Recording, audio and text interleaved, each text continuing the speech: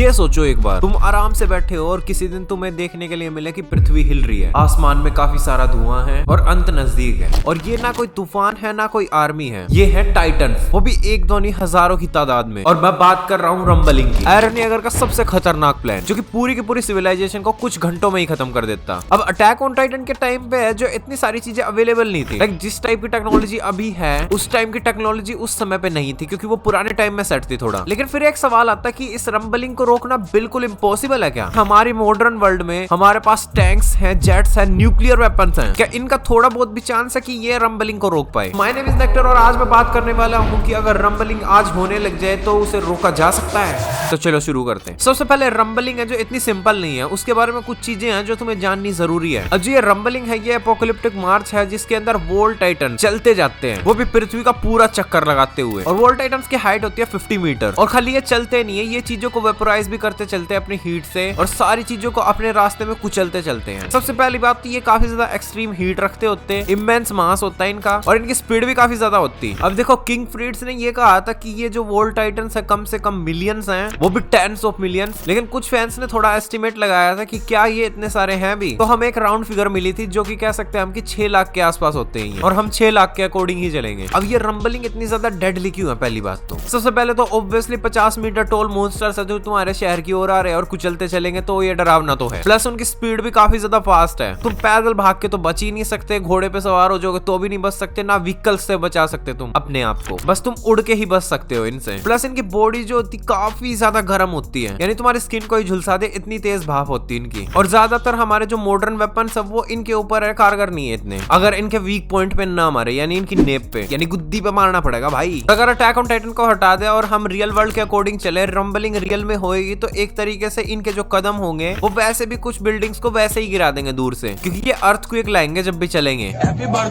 और साथ में जो ये वॉल टाइटन्स होते हैं ओशियन को भी पार कर रहे होते हैं, तो उसकी वजह से है सुनामी भी क्रिएट हो सकती है, यानी इनके आने से पहले ही पानी भर जाएगा चारों तरफ। लेकिन हमारा मेन सवाल अब, क्या रंबलिंग को रोका जा सकता? देखो सबसे पहली बात, अगर रंबलिंग होने लग जाएगी तो सबसे पहले सैटेलाइट सर्विलेंस ऑन होएगा, स्पेस से हीट डिटेक्ट होगी कि वहां पे काफी सारे टाइटन्स हैं, ऑब्वियसली ये गर्म होते हैं, दूर से डिटेक्ट करा जा सकता। और फिर हम कर सकते हैं इन पे एयर स्ट्राइक्स, वो भी पूरा कोऑर्डिनेटेड। फिर हम इसकी जगह एआई ड्रिवन ड्रोन्स को छोड़ सकते हैं, अभी तो एआई काफी अच्छा चल रहा है, जो कि अपने आप इनकी गुद्दी को देख के अटैक करेगा, बढ़िया तरीके से थप्पड़ मारेगा इनकी गुद्दी पे, इसकी वजह से इंसानों का घाटा थोड़ा कम होएगा। लेकिन हाँ, छोटे मोटे वेपन्स जो होते हैं वो बिल्कुल भी कारगर नहीं होंगे, गन्स वगैरह। जिस टाइम पे ये समुद्र में होंगे तब इन पे मिसाइल्स दागी जाएगी नेवी के द्वारा, जिसके अंदर कुछ टाइटन्स ही जा सकते हैं, और वो जैसे तैसे लैंड पे पहुंच ही जाएंगे। और जो टैंक्स और दूसरे वेपन्स होंगे वो टाइटन्स को थोड़े समय के लिए बस थाम सकते हैं, कुछ समय के लिए रोक सकते हैं। लेकिन इन दी एंड इतने सारे टाइटन्स को मारना काफी मुश्किल होगा, तो हमारे पास लास्ट ऑप्शन बचेगा न्यूक्लियर वेपन। और nuclear weapon in the and use करना ही पड़ जाएगा इनके ऊपर, लेकिन उसके भी अलग अलग कॉन्सिक्वेंसेस हो सकते हैं ना, उसकी वजह से रेडिएशन फैल जाएगी, म्यूटेशन स्टार्ट हो जाएगा लोगों में, लोग वैसे ही मरने लग जाएंगे उस जगह पे जहां पे न्यूक्लियर वेपन यूज करा जाएगा। अगर रंबलिंग स्टार्ट होगी तो काफी सारे लोग तो वैसे मारे तो जाएंगे पक्का, मास कैजुअलिटीज होगी और इकोनॉमीज अब वो भी ढहेंगी, साथ में लॉन्ग टर्म वाला क्लाइमेट केओस देखने के लिए मिलेगा। अब देखो ये मैंने बात कर ली, अगर डायरेक्टली रंबलिंग को रोकने की कोशिश करी जाए, और उसको रोकना काफी मुश्किल है और कोई ना कोई घाटा तो मिलेगा ही मिलेगा हमें। लेकिन अगर स्ट्रेटेजिकली सोचे तो कुछ ऑप्शंस अवेलेबल है हमारे पास, जैसे कि फाउंडिंग टाइटन को ही मार दो पहले, यानी आयरन ईगर को। अगर कंट्रोलर को खत्म कर दिया तो रंबलिंग वैसे ही रुक जानी है, और ये सिंपलेस्ट और लीस्ट ग्लोबली डिस्ट्रक्टिव सॉल्यूशन है, यानी कोई इतना घाटा नहीं होगा। डायरेक्टली फाउंडिंग टाइटन पे अटैक करो, लेकिन फाउंडिंग टाइटन पे डायरेक्टली अटैक करना काफी मुश्किल है, क्योंकि वो पास के टाइटन शिफ्टर्स को ले आता है लड़ने के लिए, तो गूदा चाहिए इससे लड़ने के लिए। तो सेकंड ऑप्शन आती है थ्रेटन करा जाए कि पैराडाइस को खत्म कर दिया जाएगा अगर ये चीज चलती रही रंबलिंग। मोरली ये सुनने में काफी ज्यादा डार्क लगता है, लेकिन टैक्टिकली रियलिस्टिक है ये, क्योंकि ऐसा होता है वॉर में। लेकिन आयरन ईगर को हम जितना जान पाए हैं, तो आयरन ईगर ये सुन के और ज्यादा भड़केगा और ज्यादा करेगा रंबलिंग। थर्ड ऑप्शन आती है कि टारगेट करो मेन लोगों को, यानी होस्टेज बनाओ उन लोगों को जिनके बारे में आयरन ईगर काफी ज्यादा केयर करता, जैसे कि मिकासा और आर्मिन। अब ये एथिकली सुनने में काफी ज्यादा गलत लगता और साथ में एस्केलेट भी कर सकता है ये वॉर को, इतना मेरे को पता है। और फोर्थ आता बात करके सोल्व कर लो। अटैक ऑन टाइटन अल्टीमेटली इसी चीज को दिखाने की हमें कोशिश करता, काफी सारे लोग अंडरस्टैंडिंग के बजाय अनाहिलेशन में काफी ज्यादा बिलीव करते हैं, समझने के बजाय समझ को ही मार दो। तो इन ईगोस को साइड में रख के अगर बात करी जाए तो शायद सॉल्यूशन हो सकता है, शायद। अब आफ्टरमैथ की बात करते हैं, अगर इंसानियत जीत जाएगी तो क्या होएगा? सबसे पहले बात तो चारों तरफ हमें डिस्ट्रक्शन तो देखने के लिए मिलेगा ही मिलेगा। शहर, गांव, जंगल, सारी चीजें हैं नष्ट हो चुकी होंगी, सप्लाई चेन सब जो काफी खराब हो चुकी होंगी, मिलियंस लोग मरेंगे। अगर न्यूक्स का यूज करा गया तो उसके कॉन्सिक्वेंसेस हमें देखने के लिए मिलेंगे। साथ में क्लाइमेट चेंज तो होगा ही होगा, इतना सारा जो फायर आर्म्स कार्बन यूज करा जाएगा और साथ में टाइटन्स भी हैं, और टाइटन्स को रोकने के बाद में रिकवरी बहुत सालों के बाद होएगी ह्यूमैनिटी की, यानी एक जनरेशन लग जाएगी पूरा का पूरा सारी चीजें दोबारा ठीक करने में जो चीजें रंबलिंग में खराब हुई थी। लेकिन इन दी एंड ये सवाल को मैं सिंपल शब्दों में तुम्हारे सामने परोसना चाहूंगा कि क्या रंबलिंग को हम रोक सकते हैं? हाँ, रोक सकते हैं, लेकिन हमें एक बहुत बड़ी कीमत तो देनी ही पड़ेगी उसमें। तुम्हारा विचार क्या बनता है रंबलिंग को लेकर कि कैसे हम रोक सकते हैं इजीली? मैं जानना जरूर पसंद करूंगा कमेंट सेक्शन के अंदर। To be honest, attack on Titan के अंदर रंबलिंग को देखना काफी इंटरेस्टिंग है, और ये जो कॉन्सेप्ट है ना रंबलिंग का, ये पता नहीं कहां से मेरे दिमाग में पहले से ही है। लाइक अटैक ऑन टाइटन भी नहीं देखा था मैंने, बट ये चीजें है ना, बड़े बड़े लोग, बड़े बड़े टाइटन्स है जो पृथ्वी के सारे बंदों को कुचलते चल रहे हैं, ये कॉन्सेप्ट मैंने कहीं देख रखा है, बट मेरे को याद नहीं आ रहा। लेकिन हाँ, इस वीडियो को मैं इतना ही रखता हूँ। अगर जो तुम्हें ये वीडियो पसंद आएगा तो इस वीडियो को लाइक मार देना, चैनल को सब्सक्राइब मार देना, ताकि तुम्हें और ऐसे वीडियो देखते रहने के लिए मिले। एंड या thank you for watching this video. तुम लोग देख रहे थे